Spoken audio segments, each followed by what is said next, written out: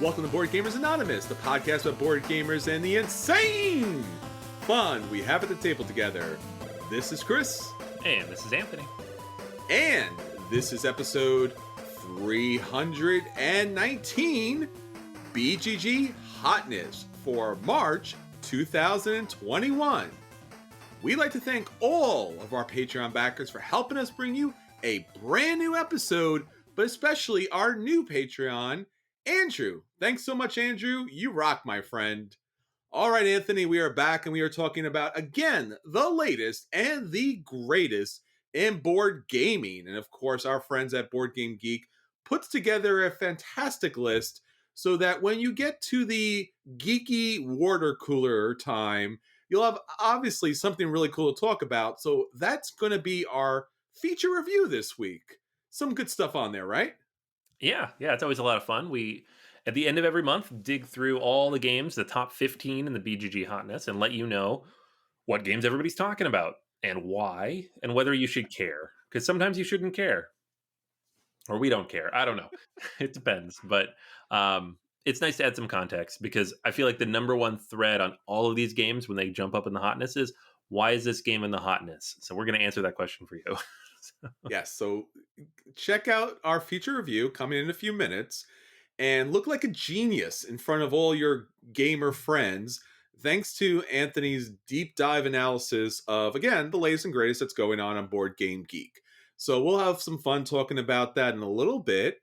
But before we get into all that fun stuff, I just want to make a little bit of a note because, again, if you're listening to this on audio, you may not know that we recently transitioned to doing video. We're here. We're waving if you're watching. If you're not, you don't know we're waving.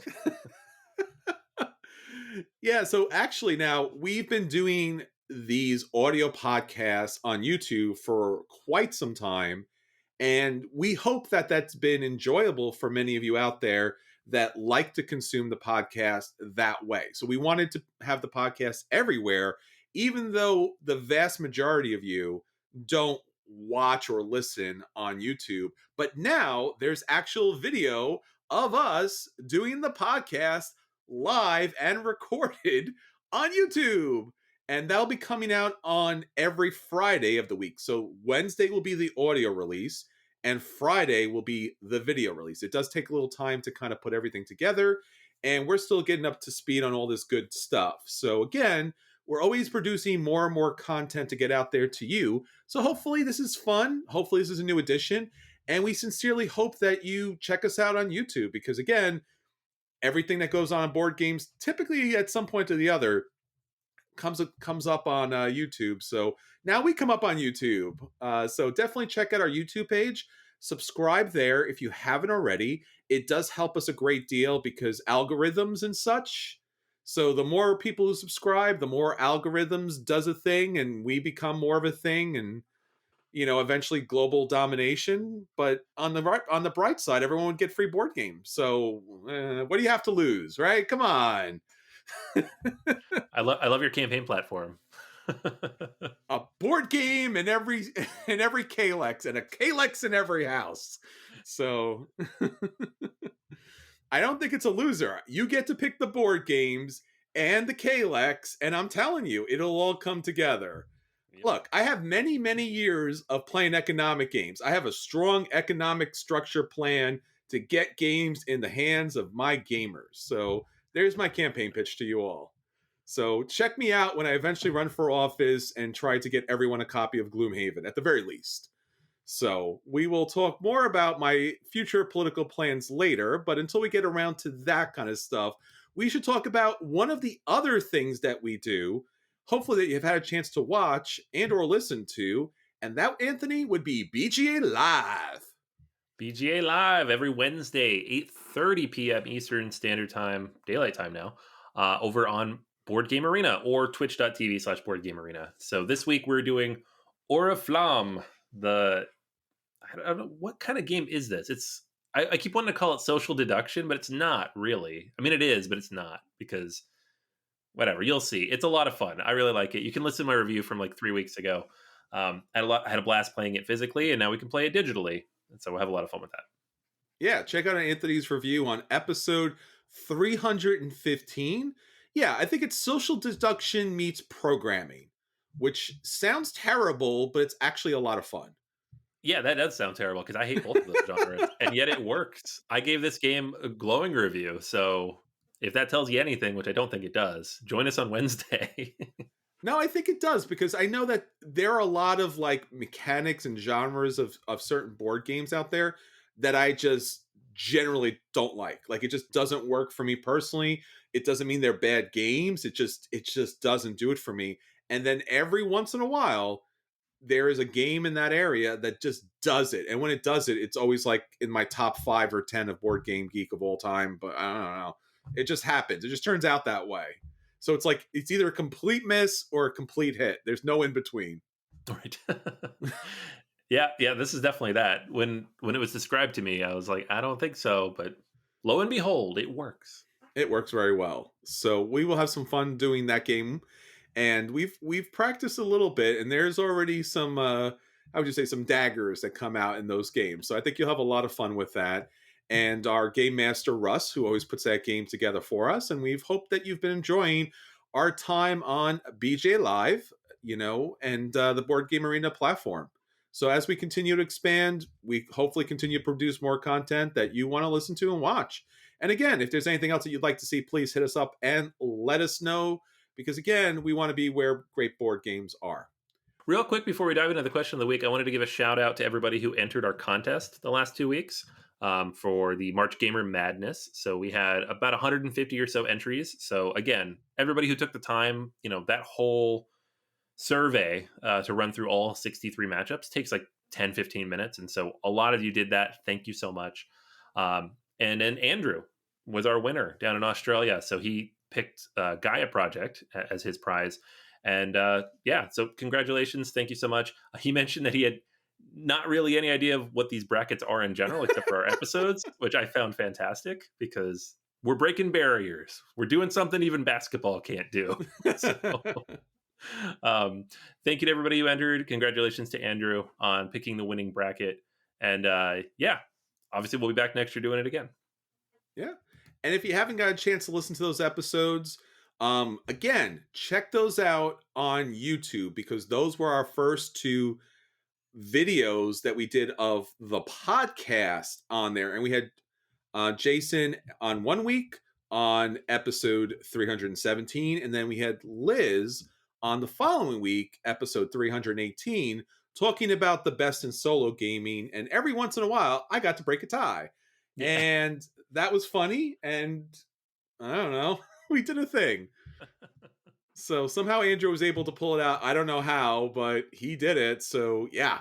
So definitely check out that episode or episodes because it's a lot of fun. And again, we do this each and every year. And again, you do not have to be a basketball fan. You do not have to understand brackets. It's just throwing 2 great games together, picking which is the better of the 2, and then continuing to do that until you whittle it down to 1. Every year we do something unique.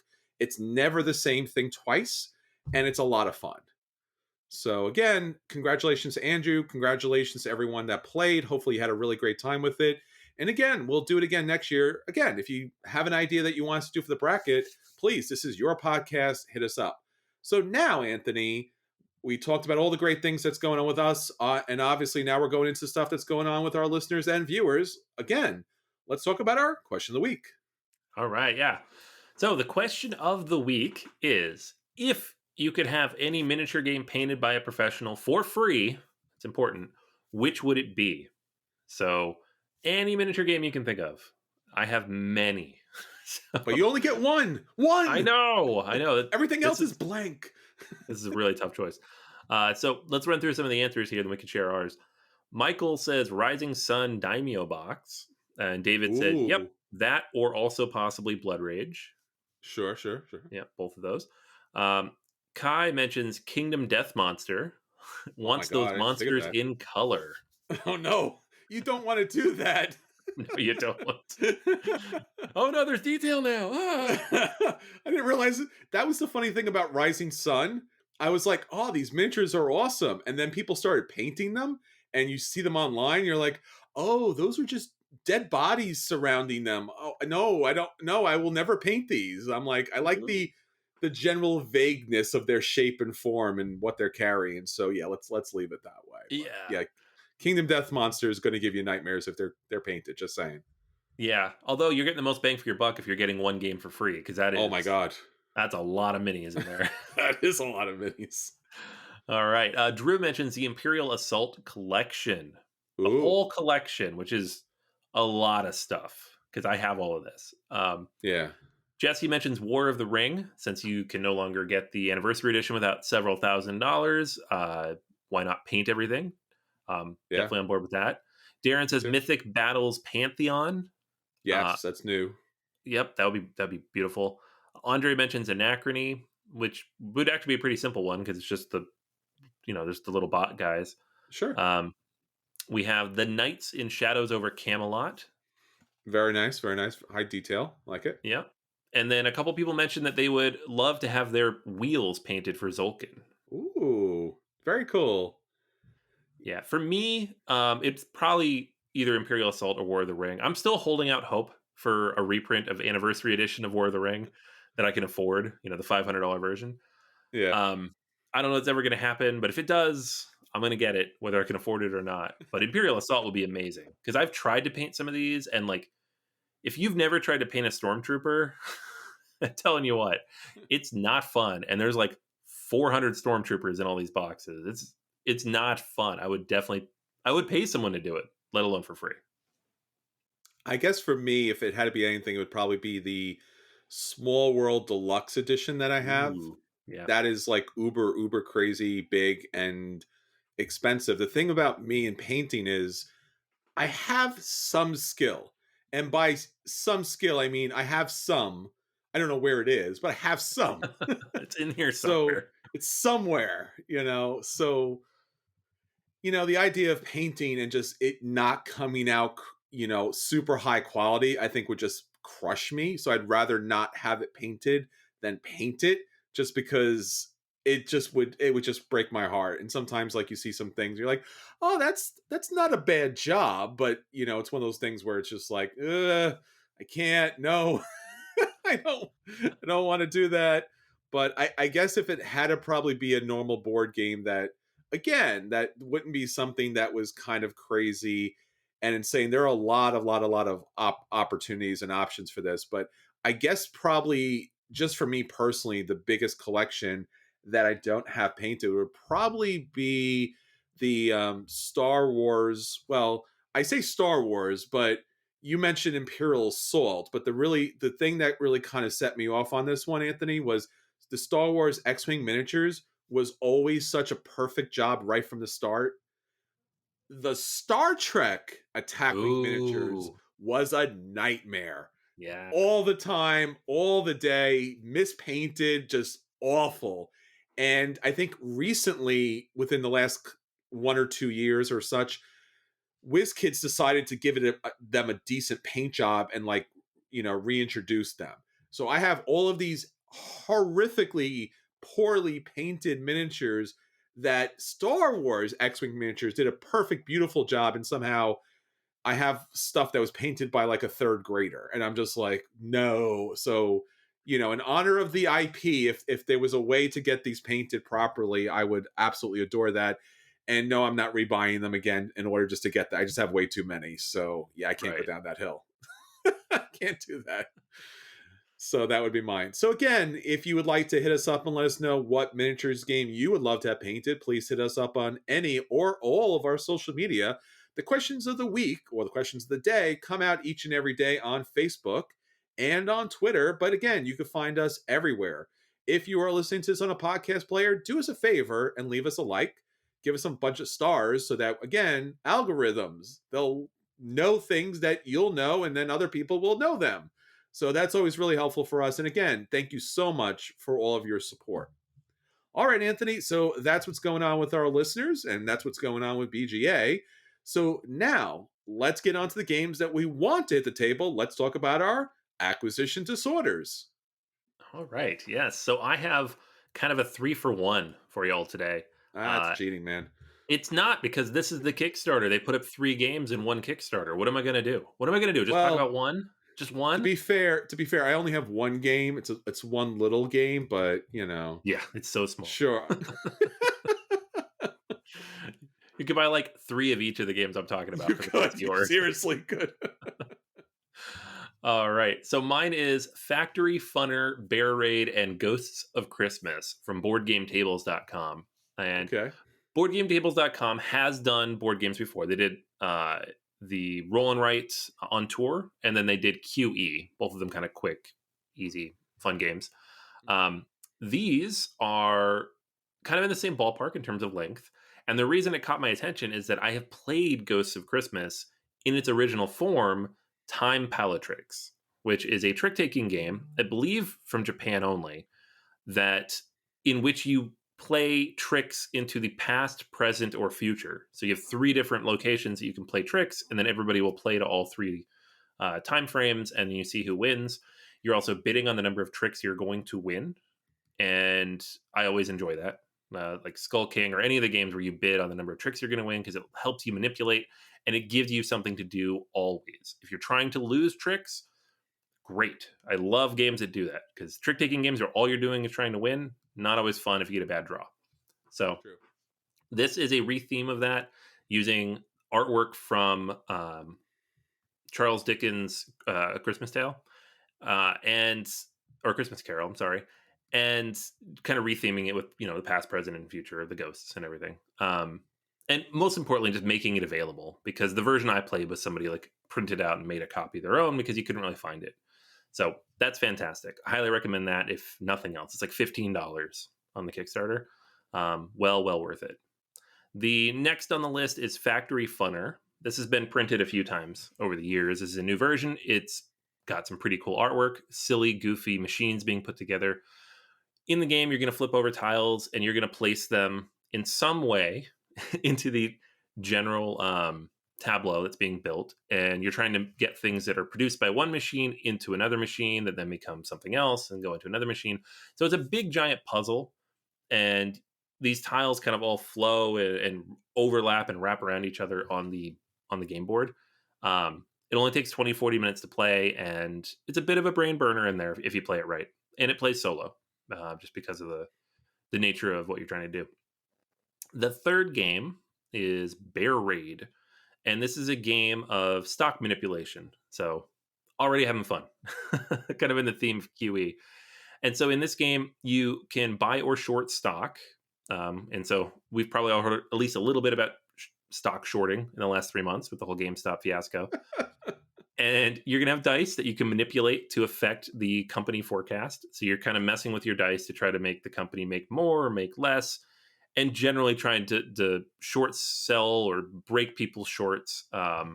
You're that the whole idea here being manipulating of the stock market and trying to make a whole joke out of it, because the whole thing's a joke anyways.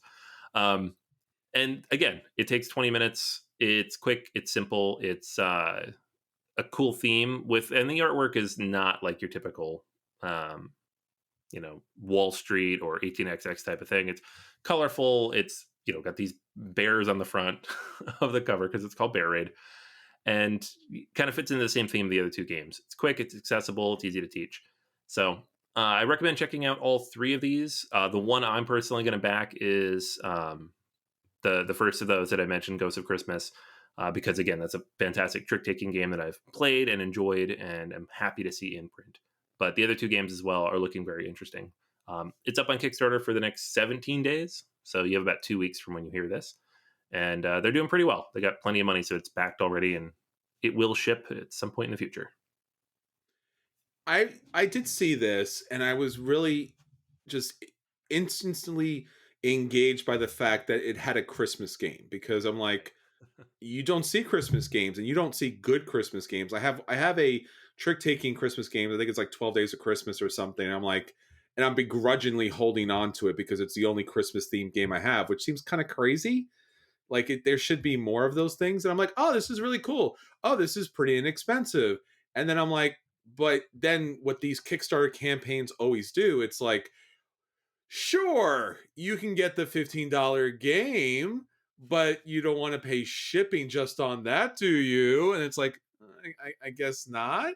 They're like, yeah, so why don't you buy all three of the games and then it will be just cost $69? Like, well, that kind of makes sense. Each game is like $34, and the Christmas game is like $15. So all right, that sounds possible. Like I think I could do that, and then I get the flat shipping, and I'm making, oh, this is good. I'm making money off this. This is awesome. And then it's like, but don't you want the upgraded components? And I'm like, not really. And they're like, no, you really want the upgraded components. And now it's $20 more. You're like, all right, now I'm paying $89 for these three games that I wanted just to buy the $15 game. And I'm just like, what happened? I just wanted a $15 Christmas game. That's all I really wanted. And I'm just like, I don't know what to do. I need an adult. I just need to get out of this campaign. So I will return to look at the Christmas game and then hopefully not go down that rabbit hole, because again, it's relatively a good deal to get all three games for like $69. Again, if they're relatively decent games, I have not played any of these games, but then it's just like, did I not get the upgraded components? Did I not get the Dickens hat and wooden wreaths? I mean, like, clearly that was something I needed to have, but I don't know. Like, they know how to run their campaigns and they're scary people. So no, it's a great campaign. And if you'd like to check it out, you have until April 16th, 2021 to check it out. Three fun games, definitely worth your time to take a look at. And again, I will try to look at it, but at the same point, when I look at it, I'm going to just kind of keep my hand like this and I'll be like, I didn't see the other games. I didn't see the package deals. I just saw the Christmas one, and maybe that'll get me through the campaign. So That's what I'm trying to who do. knows? I'm trying, man. I got 2 more weeks for them to send me updates and be like, what about this? And what about this? I'm like, no, just the one thing, $15. I'm out. But don't forget the $4 shipping. Yeah, I know. They get you with that, and you're like, oh, I could not pay the shipping. You're like, it's $4. Just pay the $4. Who cares? Well, talking about Kickstarter campaigns that you're very, very, very, scared to look at, I want to talk about a campaign that's been going big for quite some time. This is Stellaris Infinite Legacy. It's a 4X board game based on the PC game that is supposed to take 2 hours of gameplay in order to get that 4X in. And it's been on Kickstarter for a couple of weeks now at this point. It's already raised over $2 million. And it has about another week to go, or less than a week to go when you listen to this. In fact, it will wrap up on Monday, April 5th. So you don't have too much time when you do listen to this or watch it on YouTube. But when you do eventually check this out, I think it's something that you should look at, because Stellaris, the PC game, does have a wondrous pedigree and endless number of awards for being a fantastic video game. Now, the board game implementation of this 4X space opera is still somewhat unknown. That's part of the problem in the issue here. I really languished over this because I was like, I was like, I want it back. I don't know. And they didn't have a playthrough. They didn't have a walkthrough. They didn't have a rule book up at the time when they posted this. And it was just like, well, I'm not really sure what I'm backing. I personally haven't played the video game. Daniel, who's been on the podcast with us, has played it. Unfortunately, it wasn't available, so we couldn't bring him off this. But Academy Games, who's a company that we worked with previously, and they're a great company. They produce some of the best board games out there, and especially war games. So this definitely seems to be somewhat in their wheelhouse, if not completely in their wheelhouse. They've done, I think, one kind of like sci-fi theme, but I don't think the sci-fi elements are really important here. So if you haven't played Stellaris, there is a whole story here, and I don't want to give away the story because there really is a really interesting story, but it takes a lot of the sci-fi tropes and kind of throws it all together. The interesting thing about this game, especially the board game version of it, is that you actually do get to customize your empire. It does have infinite replayability despite there being a story in the game. So as you expand and build up your empire and you grow and you take things over, different things will come into play in the game in future campaigns. So it's not necessarily like a legacy thing where like then something gets ripped up, but there is some elements that will now in the future come into play. Again, there's not an endless amount of information about this. There's just actually small to medium amounts of information of how this all plays out. But again, it's supposed to be a 2 hour gameplay situation where, just like Twilight Imperium 4, you choose which of these four X's you're going to do: explore, expand, exploit, X politics, which is a little bit different than most of the other games. And then you get a player board and you're allowed to do that thing. And that's your thing for that turn. So you have your customized race and the planet and their special abilities, and you get to do your thing. And it has this opportunity to have multiple players play at the same time. But if a player drops out, you can bring somebody new in, and that new player can still win the game because their objectives to win the game are much easier. Because again, they're starting off from scratch, where yours as a veteran player now are more difficult. So somehow the game organizes all somehow and makes it playable for everyone. It has somewhat, again, based upon what they're claiming here, a very quick setup, really easy organization, and it seems like a relatively good game. It comes with a lot of stuff. In fact, there was an early bird which has now passed, and really is the only thing that's keeping me from not backing it now at this point. But for about $170, you can get everything. So not just the base box, but also the expansion boxes, which are still going up with content. If you just want to get the standard edition, it's like 110. Now, this unfortunately has become the new standard for board games, especially on Kickstarter. And it's not to say it's not warranted, it's just to say it's super expensive. Because not only are you now paying, $150, $200 because there's shipping and taxes and everything else, but you're not sure exactly if this is the game you want. You're not sure exactly if the expansions is something you want to add to the game. So it really is an investment.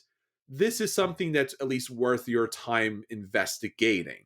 I don't know if it's worth the investment for you. It was almost for me, but there just unfortunately wasn't enough information for me to pull the trigger on this. It's kind of sad because I really did want to back this. I could see myself playing this. Twilight Imperium 4 is one of my favorite games, but it does take a long time. It does hurt players who are new, and I would like to have more of a, galactic sci-fi opera instead of just like, did you meet these particular goals and did you, hit these certain targets, because that's typically what this is.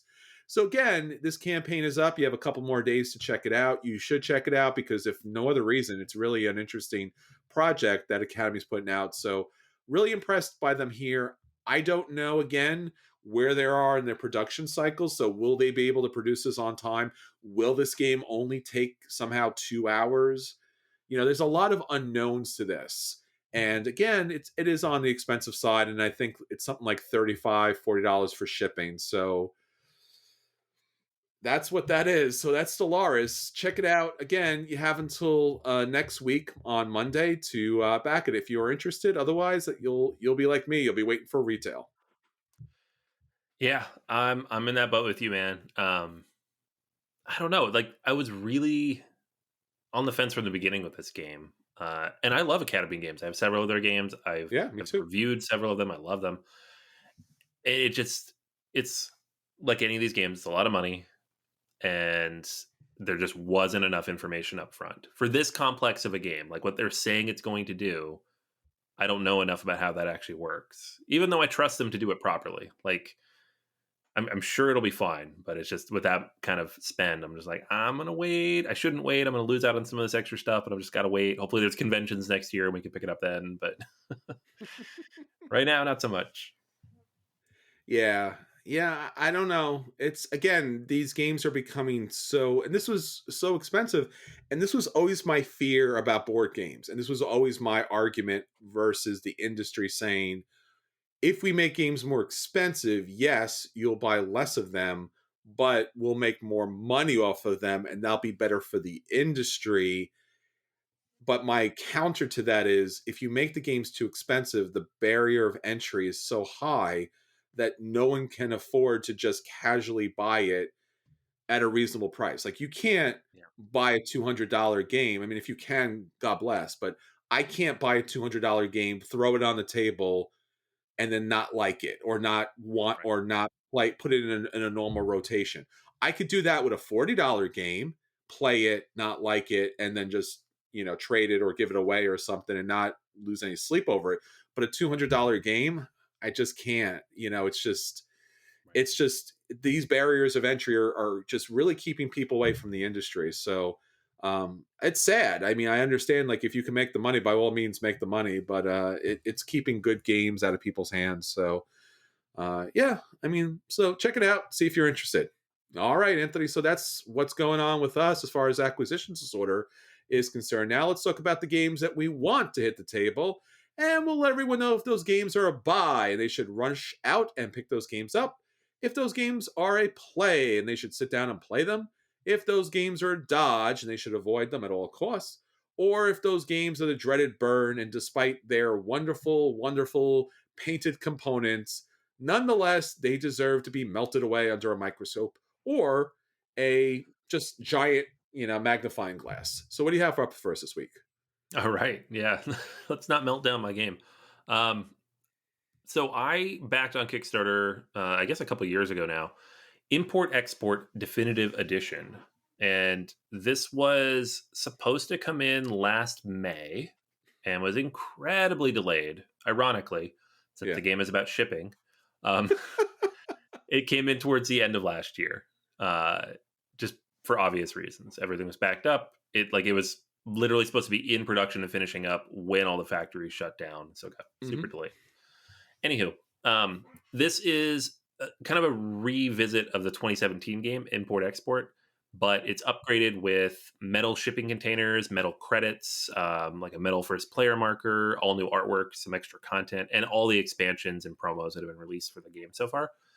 And then this was kind of a silly thing, but when you get the box, it's one of 5 different colors, and it has a random country sticker on the box, which I'm glad I'm not that OCD about my games, because Oh no.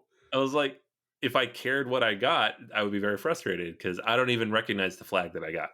I've been meaning to look it up, but I don't know what it is. So the game itself, Import Export, again, it is basically the same game that released in 2017. They haven't really changed the rules. It's just all the components and bits in the box are a little updated. Is you're going to have all these multi-use cards and giant deck that they come in, right?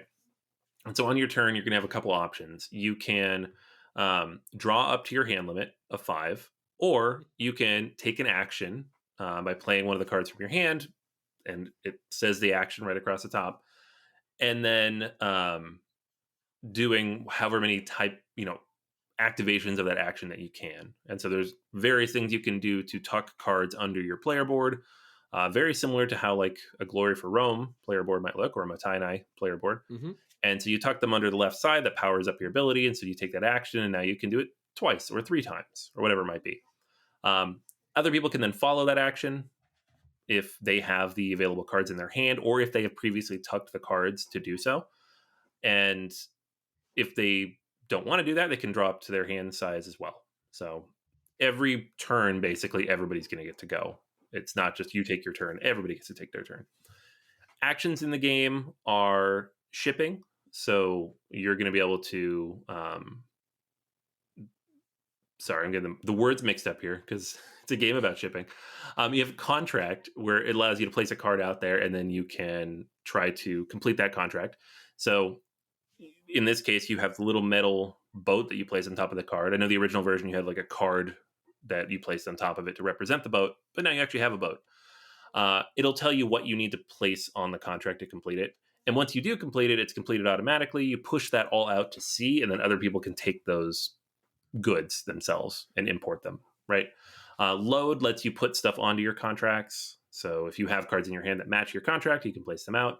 Import lets you go out into those ships that are out to sea and pull those goods back and use them, either as goods or imports on your player board. So it can power up your abilities, or they're goods for purposes of scoring at the end of the game. There's a pirate action that lets you take those goods from out in the open sea with no benefit to any other players, just for you. And then there's a supply action where you can go to the supply island and take some cards there as well, or just sell your cards for various bits of credits.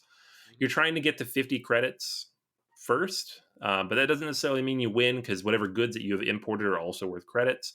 Uh, Once you complete a contract, too, those cards can end up being worth various points, or not. Sorry, not various points, but they have special abilities on them that you can tuck under your player board, and then that'll change the game throughout. And that's really where the big swings in the game come, is based on which abilities you get into your hand from this giant deck of cards and which ones you choose to complete and place under your player board and activate and utilize.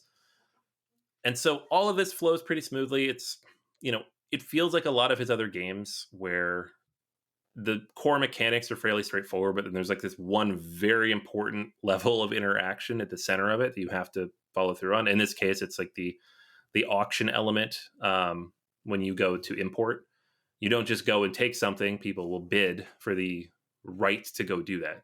So everybody who has import cards are going to throw them out there. You all bid, and then you can go take those cards from the open sea.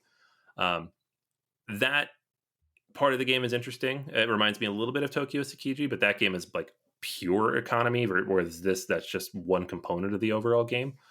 I think the mechanics of this I really enjoyed. I had a lot of fun with all of it. I like building up that tableau. I like triggering these different elements. I like trying to complete these different contracts. The only challenge, of course, is that there's so many cards in the deck, and when you're drawing cards, you might just keep drawing the wrong ones. Or maybe maybe you just need one more technology card to complete the contract you have, and there are none on the supply island and none in your hand. And so you just keep drawing another card because you're just like, I just need to complete this because I need to get my boat back because I need to get those points out. And it just doesn't happen. And that's just, there are several things built into the game to offset that, but they still can fail. And this definitive edition doesn't seem to address that really, because it doesn't really tweak the rules at all. So I don't know. I don't know what I would want to be different there. I know some of the expansions have some of the cards have two different types of goods on them, so you have some flexibility. I think I might mix that in, because then you don't just have a handful of contract cards that you can't use. You might have a contract / technology card, and you're like, oh, good, I can put the technology out that I need to put out. But the base game by itself is a play for me. I enjoyed it. I want to play it more, but there are some pieces to it where I was just like, it's kind of frustrating, and we're just kind of like getting towards the end of the game and just kind of like dragging a little bit, trying to get someone to get to that 50-point threshold. It doesn't snowball like other games where you race to a certain point threshold. It's just like, someone will get there. We're going to get there. And you got there. Okay, good. I do like it though. I just need to get more of this stuff out, I think. I'm happy I have it. It wasn't crazy expensive. I think it was $50 in the Kickstarter with all the metal bits, which is cool. But it was a little disappointing just in that there's no way to measure, there's no way to balance for that. There's no way to like make sure the right cards are available at the right time. Even with that supply island, which gets overloaded with all these different cards, it still might not have the right card out there for you, which it's frustrating when it happens. I remember this when it came on Kickstarter, and actually talked to the designer here. And I was really excited about this because I did love all of those other previous games, and I did love the interactions from those games. So again, it was one of those situations where I was like, oh, this is really good. The one thing that ended up keeping me from backing this game was the fact that there was so many combinations, and the designer was like, well, we didn't play test all the different combinations. And I'm like, but I love this game. I want to back this game. But again, it was one of those situations, because it was a Kickstarter, the price was so high that I was just like, I can't back a game that they just have not play tested the thing, because I don't know how it's going to play. So sure. Right. And I was just like, and I remember watching this campaign just tick down. I was just like, I just can't pull the trigger.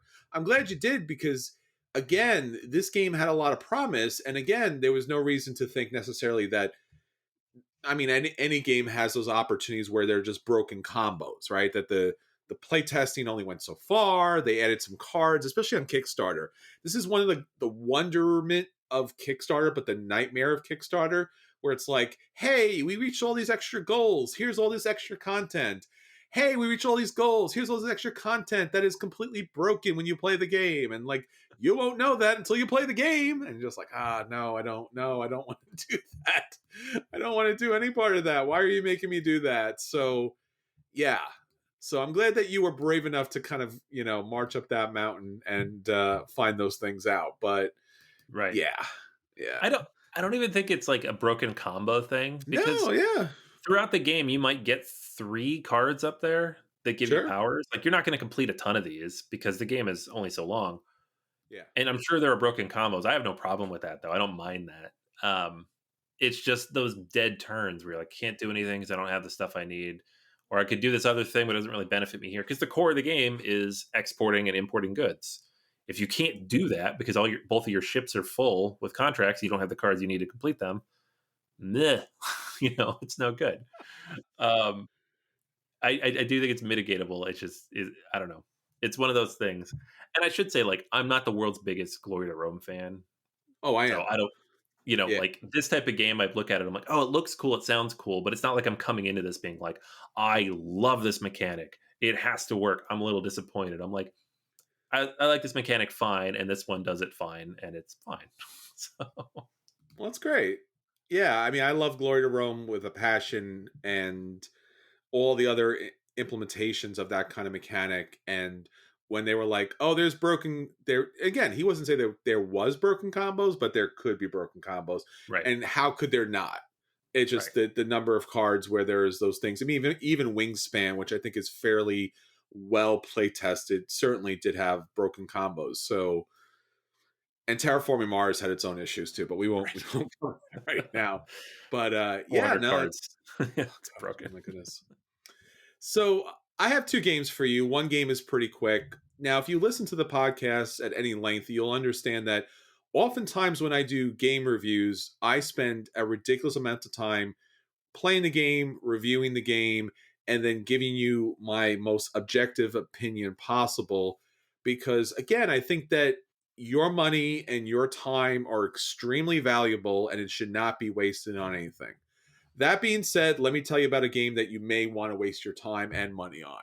Because here's the thing, there are some games that are, in fact, not games. And I have been the first person, and you can check out my board game geek profile where I'm like, this is not a game, this is a game experience. So this is a game experience.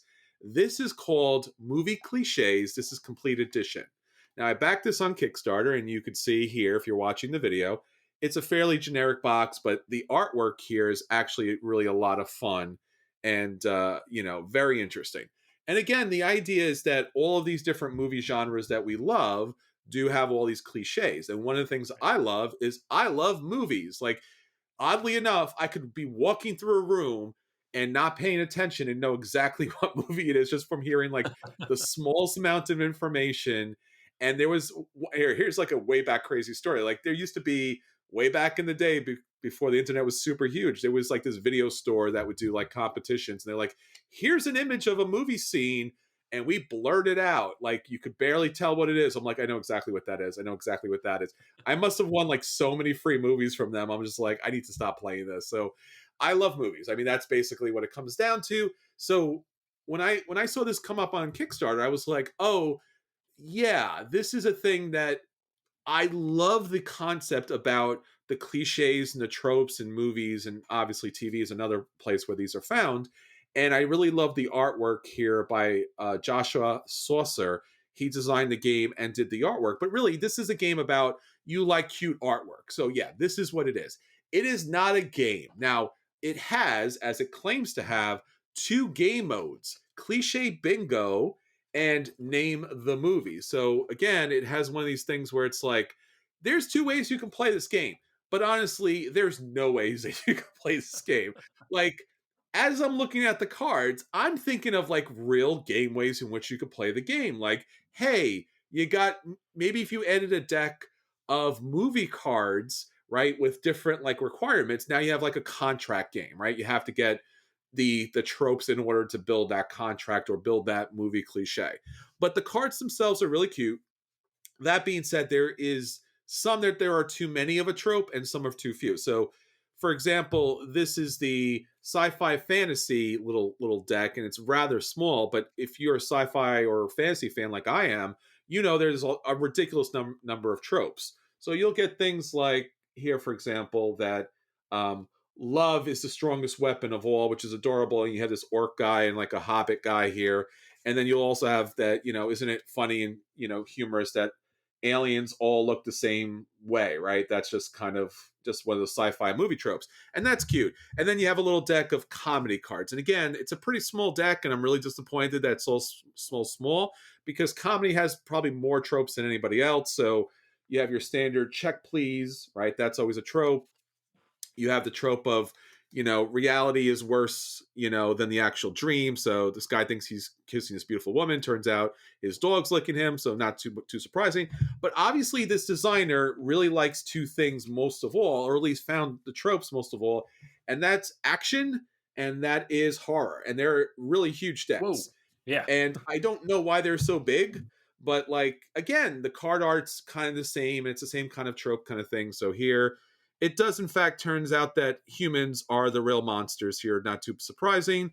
Or if you want a comedy, kind of an action trope, then you always know that if you watch an action movie, whatever the reason, whatever the action is or the monster might be, the dog always survives, right? So again, these are very cute ideas for a game, and he attempted to put together two game modules for it. So you play bingo where you lay the cards out. There's nothing that comes with this game to make bingo, or you watch a movie and you're like, hey, here's a trope, here's a trope. This is not a game, it's a game experience. So generally, what I would say to you, of course, is if you're playing a game that's not a game, it's a game experience, it gets a dodge. So I would say again, because I have to stay true and objective, that this game gets a dodge because it's not a game. It's a game experience. It's a cute novelty gift. I believe I could come up with game modes for this that might be fun. But then again, like I said, that's not up to me. That's up to the designer. It's a small deck of cards. It's kind of fun. Again, I like it. So for me personally, it's one of those things that I will keep in my collection because I love movies. I'll keep it with my my Blu-rays and old DVDs and things. I'll be like, hey, look at the thing and the thing and the thing and isn't that cute? But everybody else, it's a dodge. And that's kind of sad that he didn't really build a game mode into it because I think it's not that hard to do, says the man who'd never designed a board game before. Right. So that's Movie Cliches Complete Edition. It was a recent Kickstarter. You should people pick it up in retail. Fairly inexpensive. The actual game I want to talk about is a game I already talked about, at least as an acquisition disorder. I got a chance to play it on Board Game Arena. I have already pre-purchased. I've already ordered this game, and it has not come in yet. So I've backed the game and the expansion. This is Nidavellir. This is the game about recruiting a crew of dwarves to fight back a mighty dragon that's terrorizing their kingdom. That's awesome. The artwork is pretty cool. It's got this black and white kind of like hardcore throwback mystique. And it has some really cool graphic design where everything really pops because basically what you're doing is set collection. It's nothing more complicated than set collection and auction, right? So right there, it's kind of like, oh, that's kind of cool. Like the artwork's good. The pieces look really decent. But, is that it? It's kind of it, but with one exception. So you have 3 taverns that you can bid at, and there'll be different dwarves that will come out in those different taverns. Obviously, if you're paying the highest coin, you get to recruit first.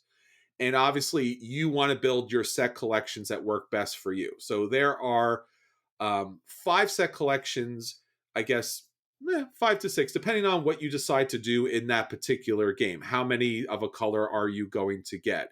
There's orange, there's blue, there's brown, there's purple, there's green. So you are going to be building these different sets. As you build them up, of course, they will score you more points throughout the game. As you build up the different sets, each of the sets scores differently. So some of them are straight points. Some of them are like exponentially get higher. There's a whole bunch of different special conditions. If in fact you build equally amongst all of the sets, you will have an opportunity to pick out a leader card to add to your tableau. There are leader cards for each of the colors. that represents the different set collections, and that will give you some sort of bonus. It might give you more in that particular category for more points, or it might give you some special ability or condition in the game. Because again, as the rounds come to an end, you will have the opportunity to get a bonus. So halfway through, you get this big bonus, but this big bonus only comes through if you have the most of a certain set. So, of course, you can't collect the most of everything, but if you do collect equally, you will get leader cards throughout the game. So, again, it's a balancing act. Like, how much do I want to get of one action and get all of that kind of color? But if I do it evenly, I might get enough leaders that it'll balance it out. The leaders are very diverse. As I said, some of them just add to the particular color set of a particular group. Some of them just score you victory points. Some upgrade your coins, which is a very big part of this game because not only are you bidding on for the dwarves, and you will always get a dwarf, which is great, but also if you decide to bet 0, which is your standard coin, then you get to toss out the one of the 2 coins that you did not use and upgrade it for a better coin. So there's opportunities to raise your bidding ability throughout the game. I played this on Board Game Geek. I have not played the physical version. I'm still waiting for the physical version. The expansion itself comes with more stuff, which is always good. Comes with new heroes, always good. It comes with these special items and, just additional more to the game. So new heroes, new mercenary cards, artifact equipment cards that are kind of fun into the game. So both of these games I highly anticipate getting to the table. The online board game arena version I've actually liked a lot. Again, it's a very sharp, sleek way to do an auction game. And again, the artwork and at least the components look good enough that would keep you engaged. And again, it's that push pull, press your luck situation of do I want to rank up my money coins to be able to get the dwarf that I want? But as I'm doing that, other people are getting the dwarves that they want. And then again, what set collection am I going for? This game obviously plays at a full player count, so I would take a look at 4 players for this game because if you play at 2 players or less, then you get one set, I get one set. You could play at 5, you could play at 3. It kind of works. Really, I found 4 works best again, but that's completely up to you. This is a really fun game. Nidavellir is available on Board Game Arena, and it's available on pre-order at a number of different stores. Definitely, absolutely check this out from Grrr Games with no vowels, just Grrre. So check that one out. It looks like to be a lot of fun, and at least my online versions are great. So this is a buy for me. Awesome. Yeah, I've been excited about this one. I have not played it online yet. Ooh, we should play. I know, that's what I'm saying. I wasn't even invited. I didn't even know you were going to review this. Come on. I'm not busy over here or nothing. What are you talking about? But no, but seriously, I've been eyeing this one for a while. Like I saw the buzz coming out of it like late last year after whatever Essen was or was not. And I have kept my eye on it, but it just has not popped up yet. And I don't know when or how or who's going to release it here in the States, but it's I'm excited for it, and I'm glad it was on Board Game Arena because that came out of nowhere as well. I just need to get a chance to play it, so it's awesome to hear it so good. Very good. All right, so that's all the games that hit our table and our tablet. So now let's get on to our feature review. So for our feature review this week, we are looking again at the hottest games out there, the games that are burning up Board Game Geek's hotness list. Anthony, our game guru, is going to take you through the list, let you know why the games are on the list, why they're hot, or why they're not. All right, Anthony, I'll leave it up to you to take us through. All right. So if you've been on Board Game Geek lately, you know that they have the hotness listed on the homepage and it has 50 games on it. We go through the top 15. I'm not going to go through the top 50 because that's a lot of games. And they're not as hot. No, they're lukewarm at best. So I know. Why even put them in the hotness? I know, but I was going to mention a few like honorables, right? All right. Ginkopolis is at 35. The reprint for this came out last week. So that's exciting because that game's been out of print forever. I got my copy. It's still in shrink, but I do plan on playing it finally, after many years. Dominant Species Marine. We talked about this a little bit before. Neither one of us has had a chance to play it yet, but we both own it. It's at 26. hopefully soon. This one hits the table now that we're getting out there, getting back out. After the Empire, number 23, that's a really hot one right now. It's on Kickstarter. Really hard to find right now, but by all accounts, is a very cool castle defense Euro. Just sounds fun. So I'm looking forward to that. And then a lot of the other stuff that you know and love. Nothing too surprising or new or different. So let's dive in at number 15. And this is a classic. It's one that's almost always on this list somewhere, and that is Spirit Island. So we talked about this last week, of course, because it was in our solo games bracket. It's one of the best solo games around. And yeah, there's nothing new or exciting happening that I'm aware of. This game is just that popular, so it's kind of always up in the list. People are always talking about it. Number 14 also kind of falls into that bucket. Gloomhaven, Jaws of the Lion. So, if you're new to these BGG hotnesses, you'll know Gloomhaven has been on here every month for the last 4 years, and now it's on here twice every month for foreseeable future. So, Jaws of the Lion. I look forward to Frosthaven joining the crew later this year. Red Rising at number 13. This is the new Stonemaier game. I don't know if it started shipping just yet. I know it's supposed to start shipping soon to the champions. There are a lot of reviews kind of trickling out, though, for people who got it early. This is based on the series of books by Pierce Brown, and I don't know anything about it. We are getting a copy in at some point. We're going to review it. So as soon as we do, you will know what we think as well, hopefully here in the next month or so. But yeah, that is Red Rising. Number 12, Marvel Champions, the card game. This was also in our bracket last week. This is one of my favorite solo games. And they release new content every month. So any of those games with new content every month are going to be up here on the list. The April content is particularly exciting, though, because it is a story expansion with Guardians of the Galaxy. So that will be a bigger expansion, comes with 3 heroes and several different enemies that you can fight against. So looking forward to that. Number 11, John Company, 2nd edition. This is the new Cole Worley game. It's going to be on Kickstarter very soon. And I don't have the best impression of this game from the one play that you and I had, Chris, at like 12:30 in the morning at PAX a few years ago. So I'm keeping an open mind because PAX Premier 2nd Edition was a similar thing, like a re-release of an older game, and it was brilliant. So maybe this will be brilliant. I don't know, but I'm not as excited as I wish I was for a new Cole Worley game. True. Number 10, Dune Imperium. This has been on the list for a little while also. This is a card game using some of the artwork and assets from the movie that's coming out later this year. It released in the fall. It was supposed to release next to the movie. The movie got delayed for a year. So obviously they're a little separated.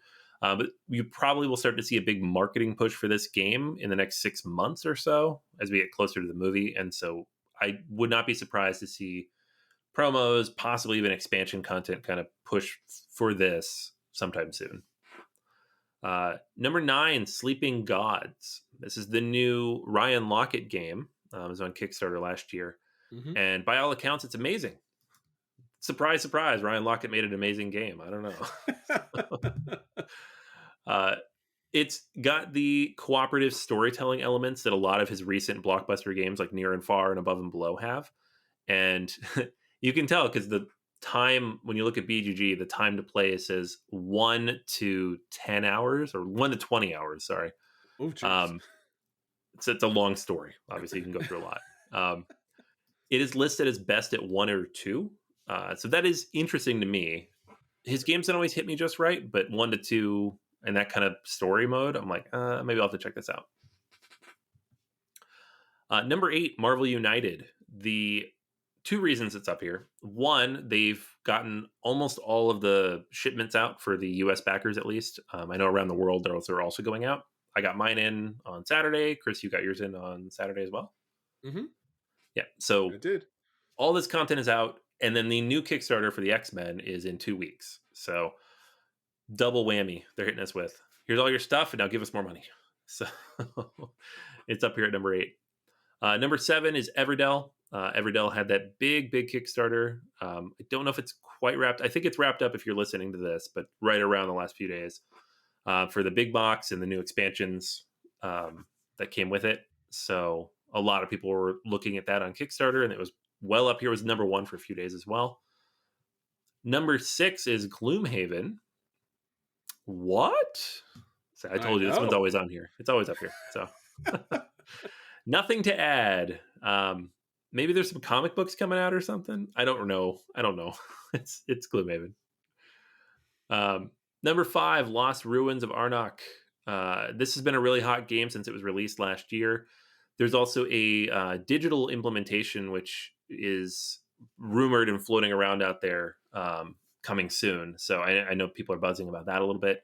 But for the moment, at least, it's just a really hot game. It's difficult to find, which those are the funnest ones on this list. The ones people really want to find and play, and they're still kind of hard to come by. Fjords. This is a new version of a classic game from Phil Walker Harding and Franz Benno DeLonge. It's coming from Grail Games with new artwork by Beth Sobel. So just it'll look beautiful by all accounts. Yes. I have not played the original version of this game, but I have seen copies of it. It was not pretty. So wow. This new updated version with Phil Walker Harding working on it with the original designer and with the new artwork. It looks fantastic. So I'm interested to see how this turns out. Number 3, Cubitos. This is a new game from John D. Clare and AEG. And I kind of wrote this one off at first because I've been told many times not to judge things by their cover, but the cover for this was just like, you've got to be kidding me, right? It's a block of cheese in Swiss lederhosen, like standing on a rock, like it just climbed a mountain. Looks like I don't understand what it's supposed to be. It's supposed to be SpongeBob. I can't believe it's SpongeBob. It looks like SpongeBob. Okay. I'm sorry. It does look like SpongeBob, except it's cheese, right? It's not a sponge. It's cheese. Yeah. Okay, just cheese. And it's got human legs. It has human legs. It's creepy. I don't like it. But the game is apparently amazing. It's a racing game. It's like a pool building thing where you're building up a pool of dice and you use those dice to move your character around on this race board. It's got some push your luck elements. It's quick. It's accessible. Apparently, it's a little chaotic with all the dice kind of flowing all over the table. And a lot of people are very excited about this. It's very highly ranked. And it's kind of like built over time. Like this game came out like a month and a half ago, but it's like moved up in the hotness over the last few weeks because people are pretty hot on this one. So I haven't had a chance to play it yet. It's the kind of game I think you need a bigger group with, and I just don't have it. So hopefully at some point I get a chance to try it out. Very cool. Number 2, Robinson Crusoe, Adventures on the Cursed Island. So there is a campaign for the deluxe edition of this, collector's edition. I forgot exactly what they're calling it, but it is over on GameFound, which is trying to build themselves up as an alternative to Kickstarter. And this version of the game comes with a bunch of stuff you don't need, like miniatures and upgraded components. But it also comes with a scenario book. It comes with a big box with an insert. There's a lot of good stuff here. If you don't own a copy of this game and you love it and you want all the things, it could make sense, right, to go and pick that up. It's very expensive, but it could make sense. If you already have the game and the expansion and most of the content that's come out for it and all the promos, especially because they just released like that special box with all the promo content in it, which was like $40, which I bought, and then they released this, it kind of falls into that bucket of things we talked about a few weeks ago of, why are you doing this to us? You just released all this content. Like doing it again for $150. But it is a big campaign right now. So that's why it's up here, number 2. And then number 1, very top of the list, Oath, Chronicles of Empire and Exile. This is the new Cole Wehrle game. This was on Kickstarter last January. I backed this. I'm waiting very impatiently for it. It is currently on a boat bound for us here in North America at some point. But it is shipping elsewhere in the world. I know some places already have their boats in, and there's copies going out there, and people are getting a chance to play it. Lots of reviews are going up. So there's a lot of buzz around the game. A lot of people are talking about it because it is going to be huge, right? I don't think it's going to be Root huge because I think it's a bigger, more complicated, convoluted game than Root, which is big because of how simple it is. But it just looks amazing. I'm really excited for this. Yeah, no, that looks excellent. And obviously, they, again, have done a great job on taking a very popular game and re-implementing it in a brand new way. That, again, according to at least the Kickstarter, I haven't seen it in my person, but should be playable quite quickly.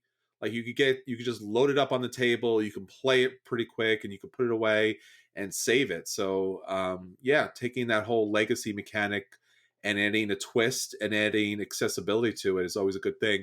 But as you said, it is a different type of game. It's a different type of product. And it may not necessarily be the thing that Root players are looking for. It's a different thing. I am worried about that, yeah, because we talked about this a while ago with Isaac Childress and Gloomhaven, and they had founders of Gloomhaven. And I don't think it's going to be that, but that was the thing where they're like, let's use this IP in this new situation. And too many people backed it thinking it was like Gloomhaven. It was nothing like Gloomhaven. And that game was fine. It wasn't terrible, but it wasn't great. It was fine. So I'm worried, hopefully not too many people were like, I love Root, Oath all day. And I'm like, it's not the same game. It's not a war game. Hopefully, it's the same artist too. It's the same artwork. Yeah. But it does look really good, just on its own merits. I'm really excited for it. Well, if it does turn out to be radically different, like Founders of Gloomhaven was, you'll see it in bargain bins across the digital landscape pretty soon. But nonetheless, I think the artwork will keep it through. I think that was one of the things about Founders of Gloomhaven that it really dropped the ball on. It was like, hey, you remember that really interactive story? Uh-huh. You remember that really interesting artwork, like a throwback to old D&D? Uh-huh, uh-huh. Yeah, you don't get any of that here. You're like, yeah. This is a prequel with polyominoes. What? Yeah, and boring polyominoes at that. So, yeah. So again, really cool that it's up here. Again, Leader Games doing a great job, just kind of like each and every time bringing something new to the table. So much respect and much love to everyone there in their team to actually be able to do something high quality and not just cheap knockoff kind of stuff. Because they could have easily done that too and just been like, hey, here's a game with cards that are just cute because who's going to buy that? Yeah. All day long. All day long. All right. So that's everything for us for this week. Until next time, this is Chris. And this is Anthony. And we'll save you all a seat at the table. Take care, everybody. Stay well. Bye.